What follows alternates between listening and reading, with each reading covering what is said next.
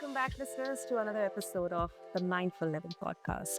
I'm your host, Sana, as always, and today I want you to invite into a reflection. How often have you caught yourself thinking, I don't deserve this good thing unless I have been through something bad first? Or how often have you thought, if today I'm experiencing something good, tomorrow definitely will something bad is going to happen to me. So let me steer clear away from anything good, or let me steer clear away from feeling happy, joyful. It's almost like we have been taught joy has to be earned through suffering. But what if that very belief is quietly robbing us of the very joy we are seeking? Listeners, my guest knows this paradox all too well. In his early 20s, he had what the world calls success, status, health, business, education. Yet he felt deeply empty, hollow inside. And that questioning sent him on a journey across countries, cultures, and philosophies.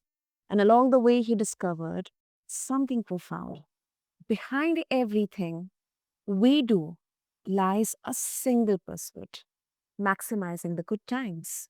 So, through years of research, my guest developed the good time ratio and the good time framework. And even he launched GoodTime App, the world's first life dashboard, helping leaders, changemakers, and everyday people like us measure and actually improve our satisfaction. So let's all sit together, listeners, not as audience and speakers, but as a circle of curious, open minds and hearts, and ask, do we really need the bad to justify the good? Or is there another way out there? So, listeners, meet my incredible guest, Christian W. So, Christian, welcome to the show, and I'm really, really honored to have you here with us. Thank you, Sana, for having me. It's also my honor to be here. Wonderful, wonderful. Um, Christian, before we even try to understand the good time or the good time ratio framework and all, how exactly you came across this? I mean, although I just barely scratched the surface during the intro, but was there any particular moment or like a series of epiphanies or moments or thoughts that made you feel like that I need to do something for this or on this? And you framed it well. There was a series of epiphanies, but Okay. this started with moments. So there were a couple of smaller moments, and then there were big moments in my life. One of that you described already when my early 20s, 20 or 21 roughly, where I Mm, had all of that success I've been told is defined as success, and I felt deeply empty inside of me.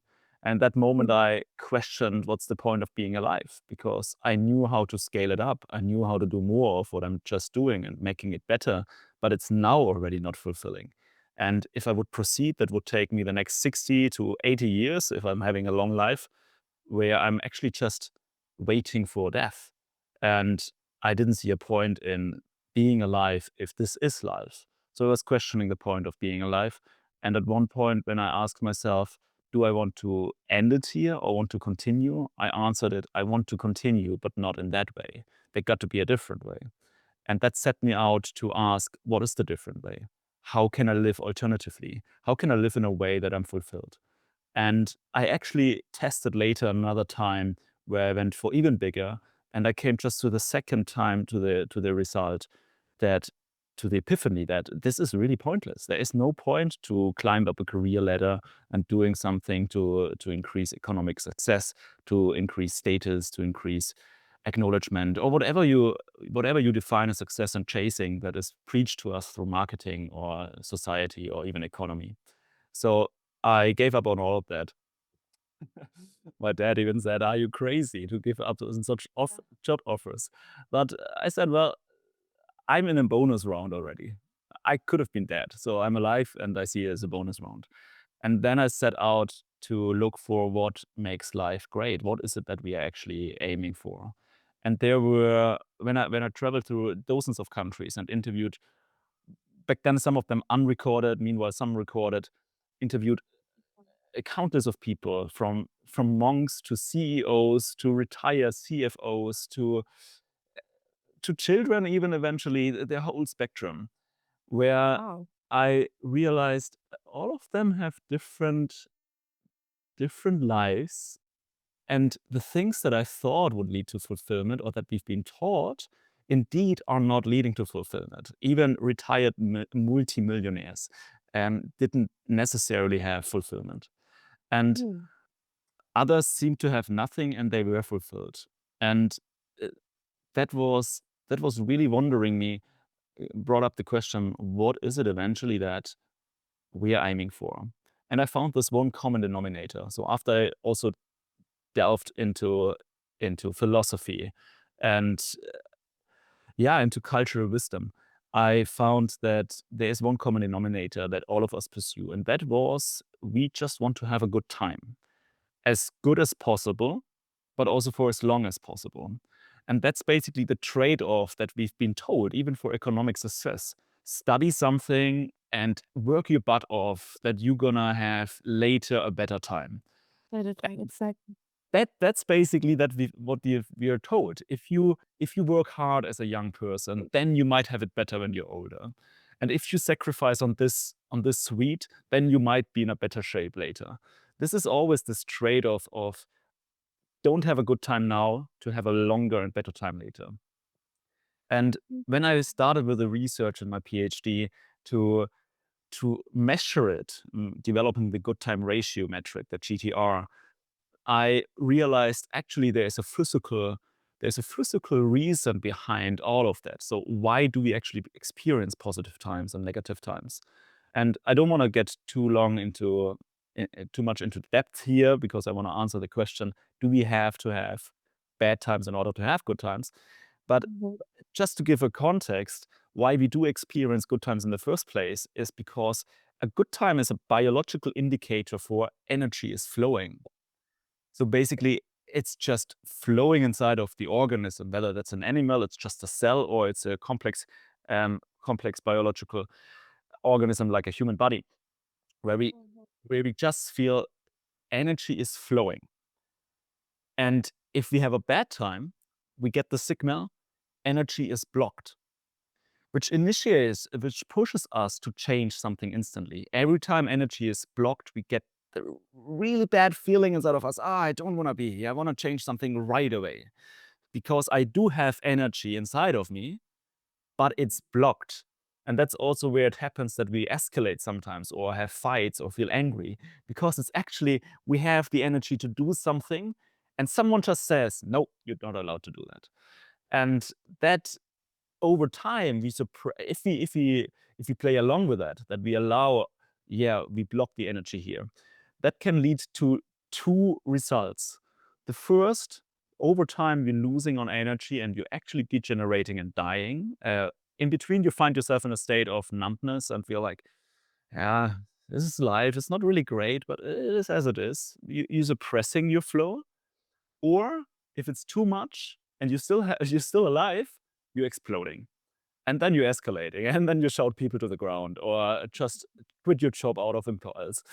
And that is basically just the indicator your energy is blocked, and at one point you're breaking the blockage or the blockage breaks you. And the other side, when we have a positive experience, a positive feeling, a good time, as we can summarize it, then this is the indicator of energy is flowing. And whatever triggers your energy flow, do more of it, go more in that direction. And that basically signals us, yes, this is great. I want to have this. I want to have more and I want to keep it. The issue nowadays is that in our society actually hacked that system more or less, but in a not a nice way. That the things that are really great for the moment, for example, some nice food that tastes just tastes delicious. It gives us a good time in the moment, but actually it is in a long term very unbeneficial. And that's where the confusion starts, where we say, but can I really do the things that feel good now, or is it causing a delayed problem? And on the other hand, we think like, if I'm compromising on a good moment now, that must mean it brings me a better time later. But that is pure guesswork. It's not validated, and it is actually against nature. Because think about it, when energy is flowing, that means the energy is flowing. So basically, you need energy to create anything that is good. Anything that needs to be built requires energy. And every time you're blocking energy, you're basically not really creating something. You're not working on full functionality. So wherever you flow and say, now I'm feeling good, I have energy to do something, then you actually can create stuff. And the more you do of that, the more sustainable you are, the better results you're creating. However, of course, if you're doing the things I'm eating every day unhealthy food, and I do more of that, well, you're draining your energy, and eventually you have a body damage. But that's a compensation mechanism that we actually say, actually, I don't want to work, but I don't allow myself to not work. I don't allow myself to change my work. I don't allow myself to do the work that I really want to do. And because I'm blocking this energy that I really do the things that I really want to do, I need to compensate with something that is slightly nice, like some sweets, to compensate actually on the big blockage. But if you really free up the whole system inside of you, that you really allow yourself unrestrictedly to do really the things you feel this is right for the long term, not just for today, but thinking about the next year, the next 3, the next 4, the next 5 years. What if I want to have a good time all the time? That means I'm allowing myself to do the things that I really want to do for the long time.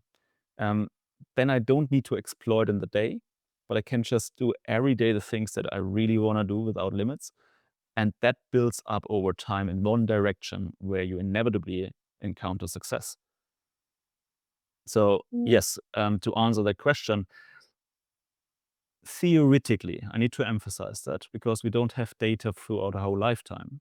Theoretically, if we create a society, or not just a whole society, but just in your environment, where the things you enjoy doing also bring you the things you need. For example, if you go on a field and you like farming, if you really would enjoy that, that would bring you the food, and it's a closed system. It's working for you. If you really like to do workouts and you go to the gym and it fuels your body, then it's actually fueling you. So if you do the things that lead to the long-term success and bring you all the long-term resources that you require, while encounter it with joy, that you say, I really want to do that today, then you don't need the motivation of sacrifice, of compromise. You literally can just do all day long the things you want to do, as long as they close the loop, that they bring you the resources. And you can get those resources not just by compromising. You can earn money, and that's the main argument. Most people say, I need to work that I get the money later, so I do something I don't enjoy to get the resource I have. But there are countless of examples where people earn money with the things they love. So the argument is actually not valid. You can earn money with the thing you really like doing. It's just another action. It's a system. And in that case, just to take this example, you could have internally good times just when it comes to work and resources. And the same applies to the people you spend your time with. You don't have to be in relationships where you say, I'm suffering here and it's not good. But on the other side, if I'm staying here, then I'm having some security for my life. That's not how it's working, because if you're attractive, if you're creating a good time for someone else, that person wants to be with you. You don't have to force that person to be with you. So you can also say, I'm having a good time with that person all the time. And that that is perfectly working. Hmm. That's quite a detailed explanation in there, Christian. And I really, I also believe that when your passion becomes your profession, that's like a match made in heaven. And Mhm. I, I, I really, really love that because we have been conditioned that struggle is like a badge of honor. You have to sacrifice for struggling to gain something. Um, but now a few would say that um, you have to take risks to gain something. You have to sacrifice to for the better. And then there are people who are actually, sacrificing uh, their uh, you know, sports or their recreational hours. There are students who are studying for like 10 hours, 12 hours, 14 hours. People are working, there are entrepreneurs and founders. There are people who have to pay their bills. They have to work long hours just because they have to pay their bills. They have to take care of their family. What would you say with this context, Christian? It's not thought through. It's not a complete system.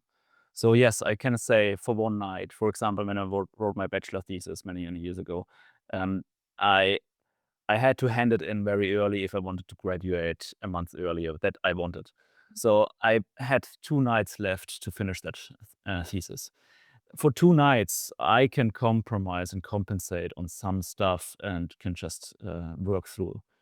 But Mhm. do that for a week, your body collapses.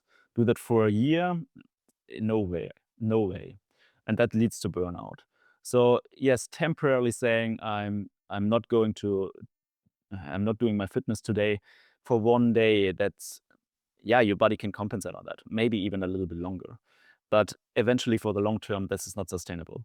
So if you really as a student say I have to study 40 hours, very, very likely your brain is not agreeing to that deal. Your productivity is collapsing after 2 hours to 50%, and after 10 hours, you're working on 10% productivity, something like that. There is a statistic behind, can check that. And that's where I'm saying, okay, if I'm working on 10% productivity for 10 hours, that's equal to 100% productivity for 1 hour. But if I'm working for 100% productivity for 1 hour, I have 9 hours saved and can do 9 hours something else that allows me to concentrate for 1 hour. And that's the same thing with when it comes to building a business. You don't have to build a business within a month.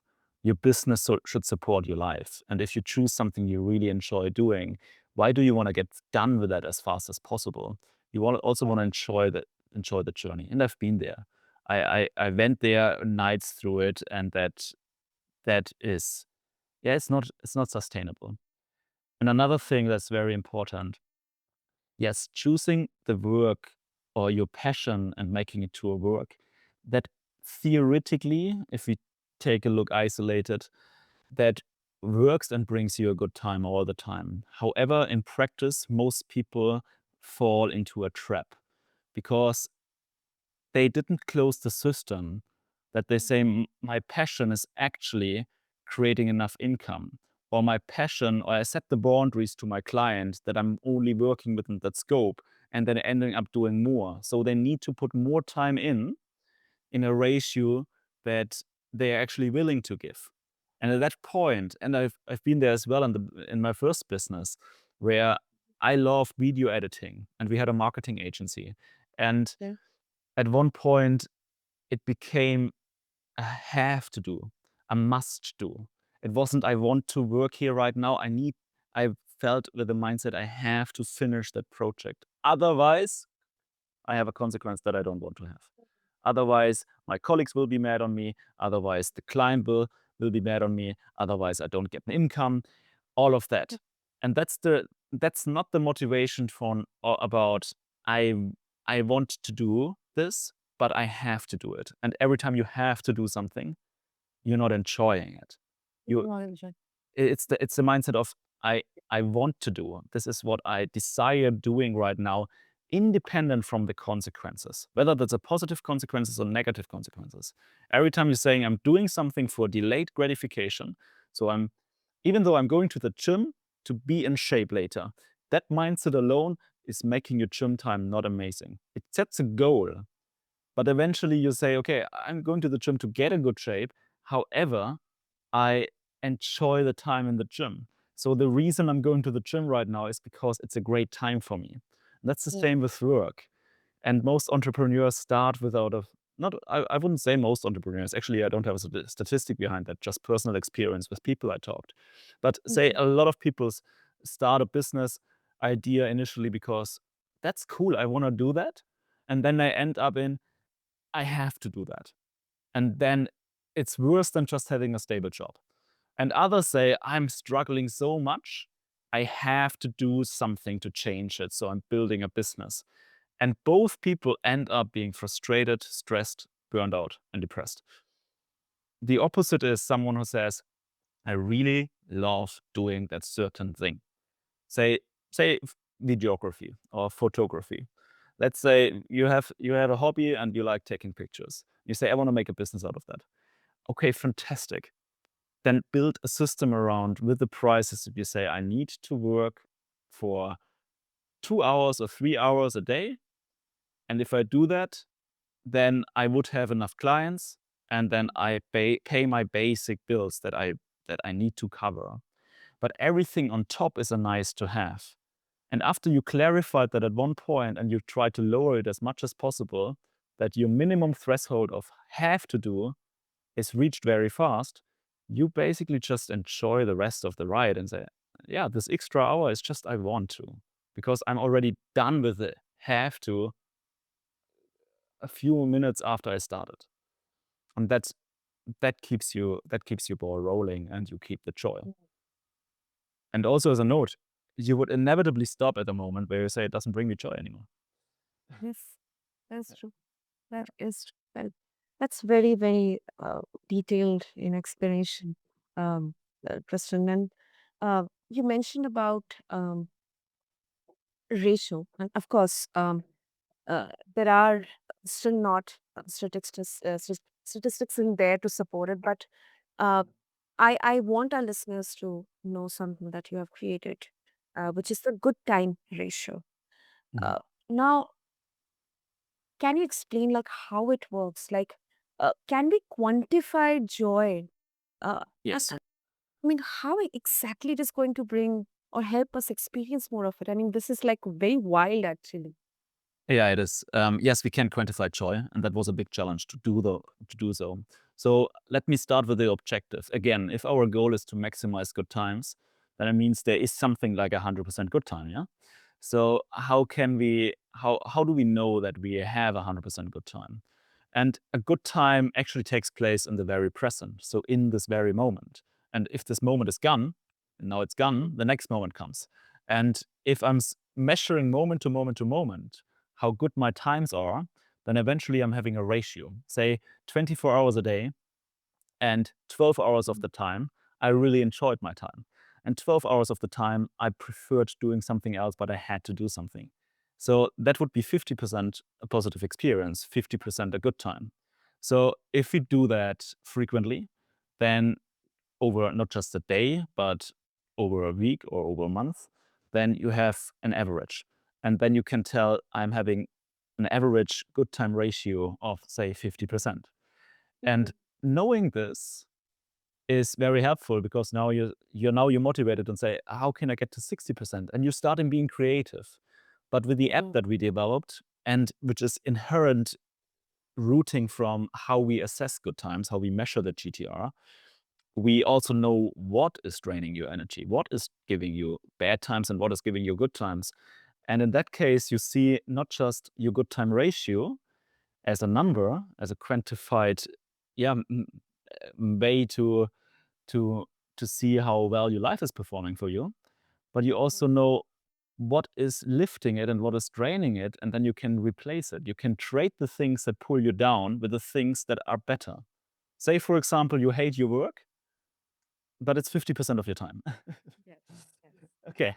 And I actually, was thinking scale it. about it. Yeah. Yes, let's just say 50% of your time is work time. Just Okay. for calculation, we know it's more.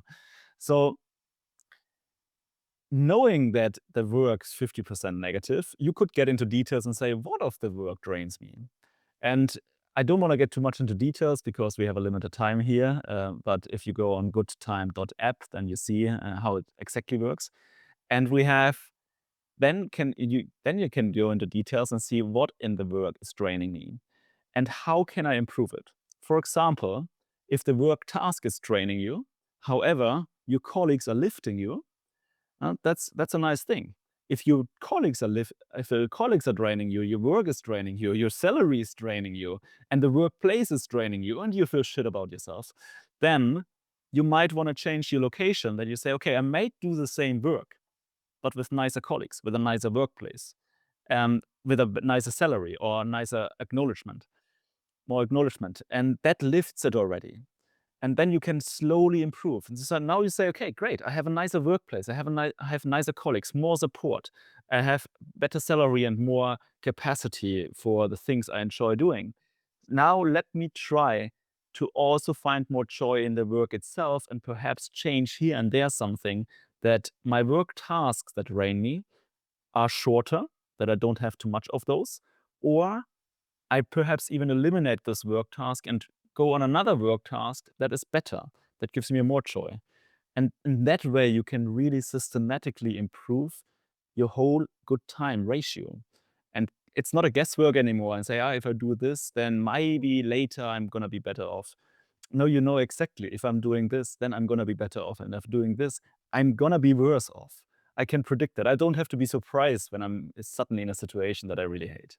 If Right. you measure if you measure your satisfaction with yourself and you're slowly gaining weight, and it's not about the weight, but you're slowly, every time you're taking a look at of yourself and asking, how comfortable am I in my body?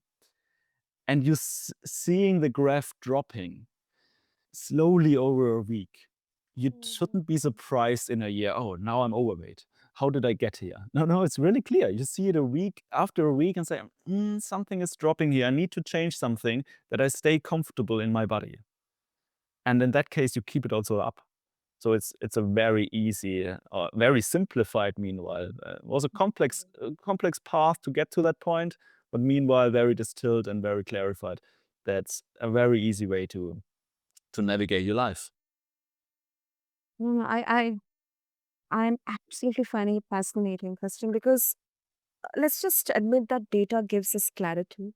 Um, Mhm. at least, if sometimes, when we're trying to do self introspection or trying to analyze what's going wrong, uh, lots of thoughts, they like bombard our mind, and we kind of get flustered and confused and frustrated, and then we, just sleep on it. Let's just forget it. Let's just go ahead with the Mhm. flow. We'll see what happens. But I think looking at this from a data perspective, very analytical, structured perspective, it really brings that sense of, or at least, paves the way for a sense of clarity.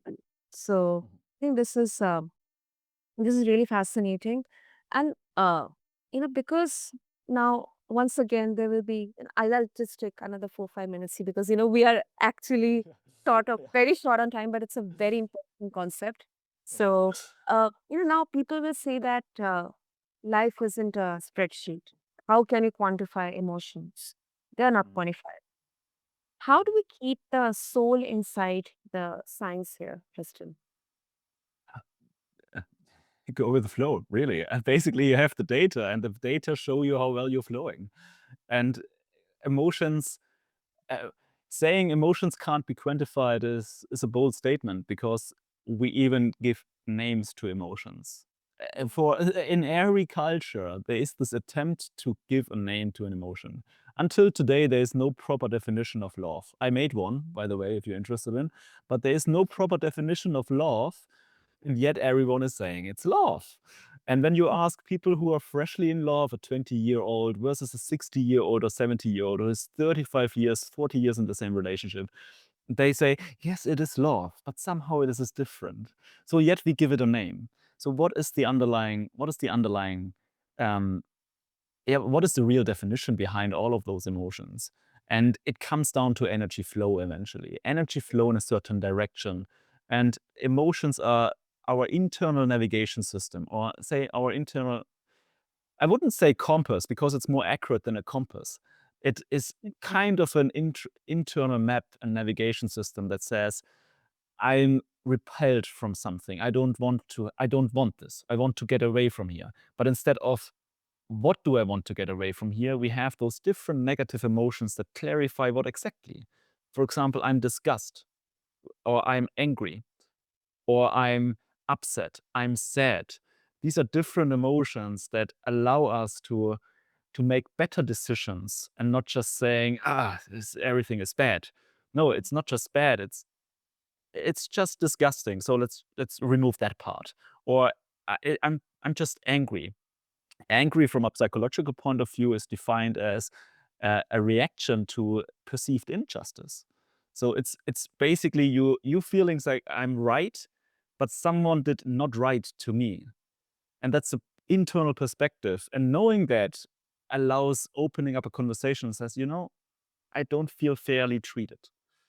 And instead of saying I need to leave you, this is a very different. So our body gives us already indicators, but basically tells you something needs to be changed. And therefore, looking at those things, this is literally the soul, kind of. I wouldn't give it the name of soul, but it's basically you're removing inner blockages so that your soul is flowing, that your desires, your internal state is just blooming and shining. And if you removed all the blockages from your environment to the people, to the work and the things you get, and most importantly, all the blockages about yourself, no self-judgment, a lot of self-love, self-acceptance about your body, all of that, you are shining. And this is a tool for us. So quantifying it, making an app out of it, what we're doing, is basically a tool for us that supports our soul being alive. Because this world nowadays is much more complex than it was 100,000 years ago. And sometimes we are confused making good decisions in this world. And with data, it makes it easier. Yeah. And I actually believe that it's not about completely dismissing the need for, uh, you know, experiencing pain or struggle.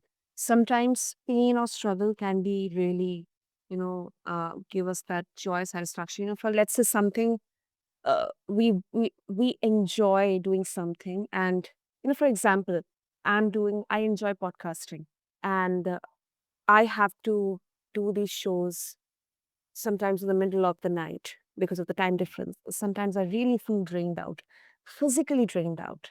However, when I do the shows, it gives me joy, internal joy. And that kind of, uh, negates that physical pain in there. I don't feel completely drained out. But you do. But It's I do just less. It's it's just just less. less.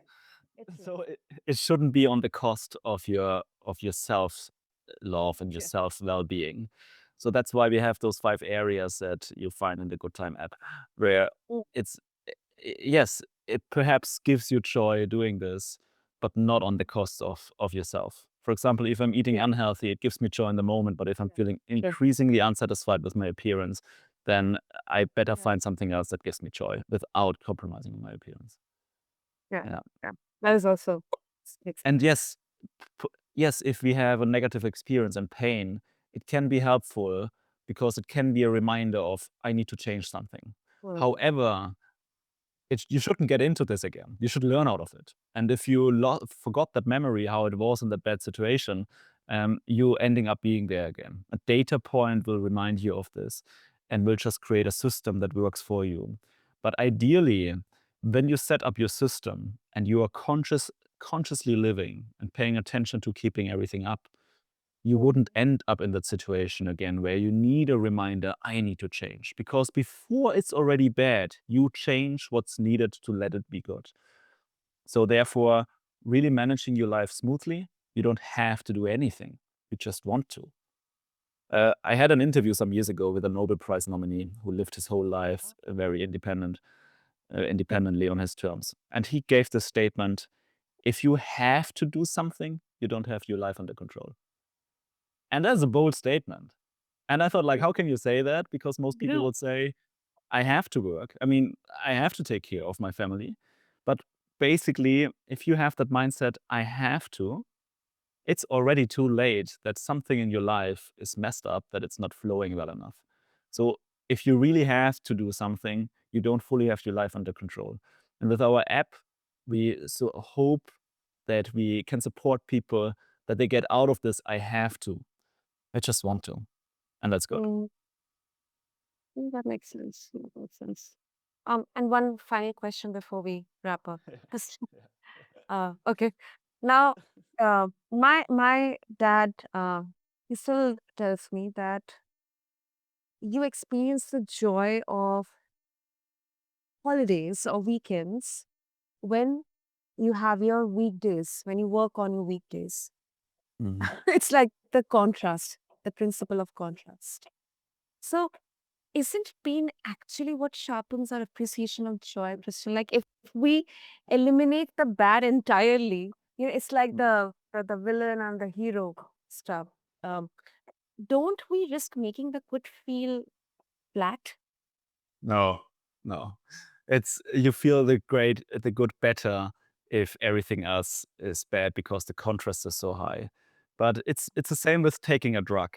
So, for example, in most world wars, I mean, there were just two in the world wars, and in most wars, soldiers Mhm. were on drugs.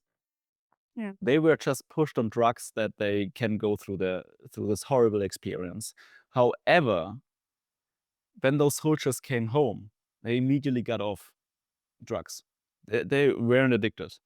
So the difference was that the soldiers in the war environment, the war experience was so low that the contrast to the drug was just so high that they were basically addicted to the drug.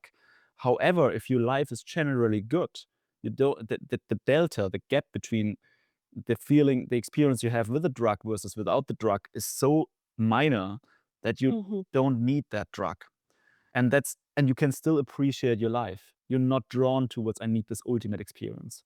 So yes, if you hate your job and you really work 5 days a week, you probably say weekend I need to get the most out of it because I don't Yeah. have it for long. And then you're really looking forward to that weekend. However, you wouldn't need that if your whole life is just lovely. If you wake up every day with a joy and a smile on your face and say it's amazing to be alive. And that yeah, that is possible, by the way. I wanna really emphasize that. I experience myself, and I do it every day, and I'm paying attention to keeping this.